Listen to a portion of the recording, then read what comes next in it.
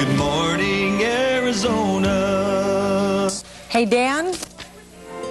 Dan? Yeah, Dan? tell me this isn't a good idea, T, getting buried alive. Anyway, I have my trust in the Phoenix and Glendale Fire Departments and their dogs. So, oh, hang on just a second. We're almost ready out here, so when we come back, we're going to get buried and get rescued all in one good morning. Be right back.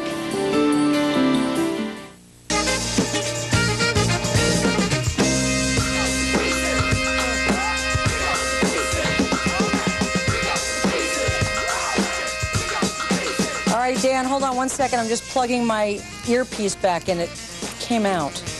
How are you doing this morning, D? Are you getting ready to be buried? Yeah. What the heck? Why not get buried alive on a Wednesday morning? You know, the election's over. What else do we have to do? We still don't know who the governor is. Anyway, I don't even know where we're at. If you take a look around, Jason, we're in Tempe, basically the loop 202 and 101. You can see the folks coming in from Mesa and all that other stuff over there. And this is a training area for the fire departments. We have both Glendale and Phoenix Fire out here, and we're doing a test because we've heard about the great rescue dogs that the fire departments have. They've been to the World Trade Center, and now their test is to find me. Good morning. How you doing today? Good. I can't see your name, and Scott Krushak. I knew it was going to be a word I couldn't pronounce. Tell us about these dogs that we have out here this morning. Well, basically what we have is these are disaster dogs that find live humans at disaster scenes all over the world. There's about 120 of these dogs in the country, and we're lucky enough to have about 6 of them or 5 of them here in the valley with our Arizona Task Force, which is associated with urban search and rescue groups around the country. Let's see what some of the dogs can do. My favorite thing, Jason, I'm going to have them go up that board, because there's like literally no place they can't go, right? That's correct. These dogs are highly trained to go anywhere on rubble, disaster scenes. They climb ladders. They go on rubble scenes, collapsed buildings, walk across planks. They probably go a lot more places. They got 4-wheel drive. We don't.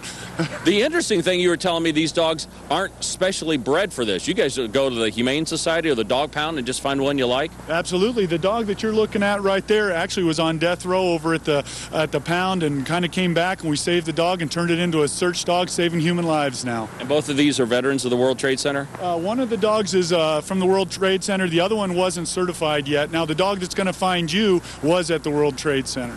And thank you for the T-shirt. Jason, if you can take a look over here. Big T, look at this T-shirt they gave me.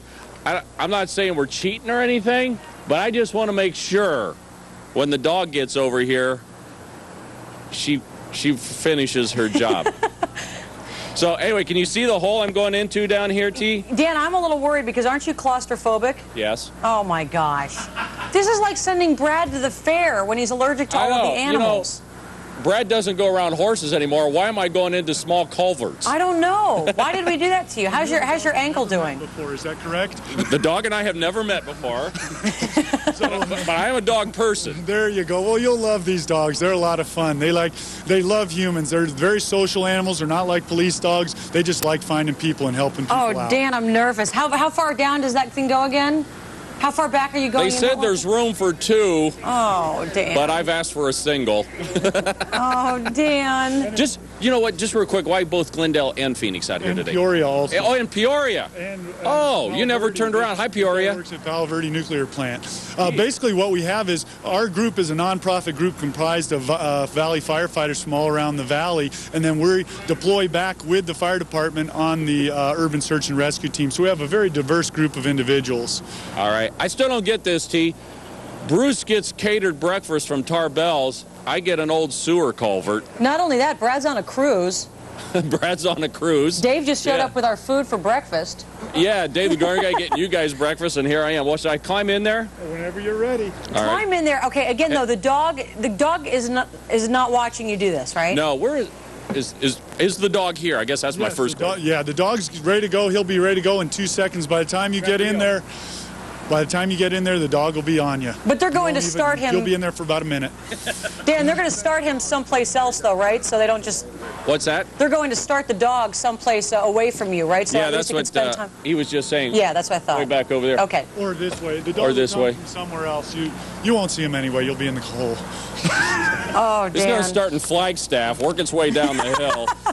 All right, T. Well, All right, Dan. I'll be back. All right, be careful, please. I would hate to do this show with you stuck in a culvert. Is that head first or feet first? I go feet. Yeah, I would too, D. All right. Beth and Bill, there goes Dan. Claustrophobic, but he's a team player. Well, is this a good idea? I don't Who know. knows? It's ratings, though. So sometimes... I understand the dog was actually put in a soundproof booth with a blindfold. Well, that's why I said, I go, Dan, tell me the dog isn't watching you go in the hole, because that makes it a little easy. Well, the dog's over there having a cigarette in the back of the truck going, yeah, I know where he's going. I got this thing knocked out. You know, it's probably the kind of dog who just is going to tease Dan, and he knows where Dan is, but he's going to pretend he's taking his time. Ooh, maybe he's over here. Dan is up close and personal with two very hardworking members of the Phoenix Fire Department. He is putting rescue dogs to the test. Dan is actually buried somewhere under the rubble, and it's their job to find him.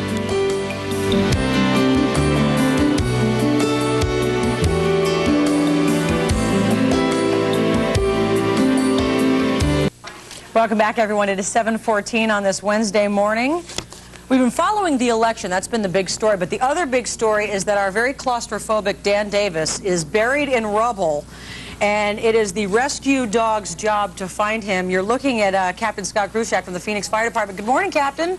How you doing today? I'm doing great. Should we be worried about our friend Dan? Not that the dog's going to find him, but I don't know how he likes it inside that hole.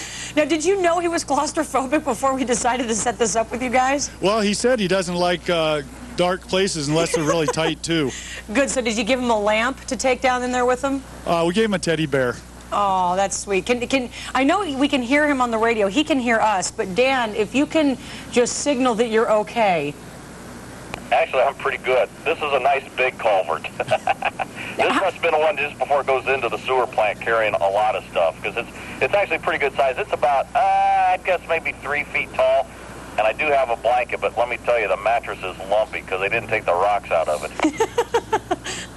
How far back are you in there, Dan? Can you see out of that thing?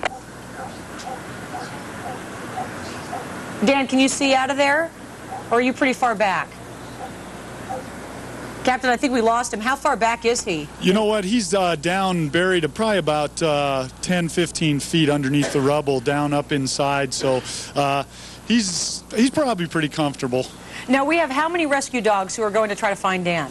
Actually, just one. These dogs work independently, one at a time, out on the rubble. And the dog he's in good hands. This dog's probably one of the top dogs in the country, and went to the World Trade Center, been around a long time. Now, do you all follow the dog, or do you just let him do his thing and you stay back and wait until he responds? Yeah, we can't, you know, the dogs are a lot smarter than the handlers, so we just let them do their thing and we don't bother them. Well, are you ready to do this? I think we're ready to go. Or should we let Dan hang out a little longer? Send him in. All right, we'll send him in. Go ahead, Captain. You know, one of the great things, though, Dara, something about like this, gives you a lot of time to think. Now, Captain, how long does it... Well, gosh, he's moving pretty quickly. Can he already smell Dan from there? Yeah, the dog has already scented that there's people over here. The dog will come scent identify each one of us, and then it's picking up the one guy right there, it's picking up me, smelling me, coming over, seeing which ones are which, seeing what to do. Now he picked up on us, and he knows there's still one person around here, so he's going to try and find that one more person. Now, is he looking for like a John Deere tractor scent, or something from the farm that can help him identify Dan? You know what? These dogs actually pick up on live human scent. It's Right. kind of one of those things we don't really understand, but the dogs do it, and they identify each person. These dogs only find live people also. How long does it take to train one of these dogs? It takes probably about 2 years to train the dog, and it's a pretty intense, about 2,000 hours. We look for dogs with high drive that have a lot of energy and that really work hard, and You can see this dog's really searching hard. Unfortunately, the wind changed on us a little bit, and the dog's going to have to get right down on top of Dan before it identifies where he is. Okay, so there's the dog. Show us again, if you don't mind, where Dan is in relation to the dog right now. Because yeah, I think that dog's got him now, so he's going to be right on top of him. Uh-oh, let's see. Don't say anything, Dan. And the dog Dan, will bark when he identifies where he is. Doggy! The dog's trying to get inside to find him, and is going to probably pull that out of there, and then. Wow. So he knows somebody's in there. Yeah, see the dog barking now. Oh, look, he wants to help get Dan. He's trying to rescue Dan. The dogs will bark when they find people, and that's how we know where to come find them. So that was pretty quick. What a great job, though. Yeah, the dog searched probably about, I don't know, 5,000 to 10,000 feet of rubble in probably, what, about 2 minutes, 3 minutes? This might be a silly question, but when they're on the scene of an actual disaster, do you think they sense how important their job is? Do they get it, or are they just, trained to do something and they're just doing their job? They're very perceptive, and as anybody knows that has dogs or animals, they pick up on things, and this dog knows that when it's time to work and the intenseness of the situation. And, hey, there's Dan coming out now. Dan, you better give this dog a big hug, because he could have left you in there for a long time. Yeah, he said he likes dogs, so I think he'll probably give him a big old pet right there. That is great. Hey, give Dan the radio. There you go. How do you feel, Dee? Hey, big fella. Aww. Nice dog. You know what, T? This is why I'm a dog person. Can you imagine being buried like that and expecting a cat to come find you? Ain't gonna happen. Thank you. It's not that I don't like cats, but you just explained my philosophy. Cat would have been like rubbing its neck up against some of the rubble. Somebody pet me purring. That was cool, Dan. That's a great dog, isn't it? Great dog, and it's so impressive what they do. Way to go, and thanks to the fire departments for helping us with this. Glendale, Peoria, and Phoenix. And I'll tell you what, if you were ever really buried there, ain't nothing better than the sound of a dog coming to your rescue. Oh, that's for sure. Thanks, you guys.